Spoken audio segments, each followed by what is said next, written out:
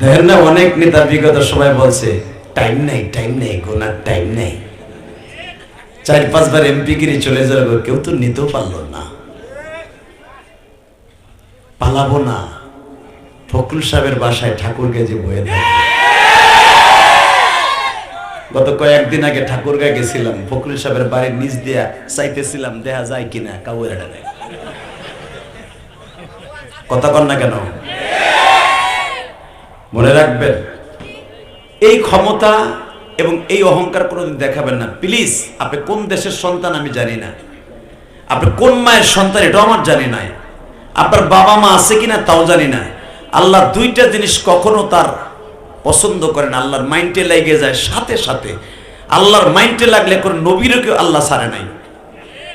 নবীরাও যখন আল্লাহর মাইন্ডের কাজ করে ফেলেছে, সাথে সাথে আল্লাহর নবীদেরকে ভাইলেন করে দিয়েছে।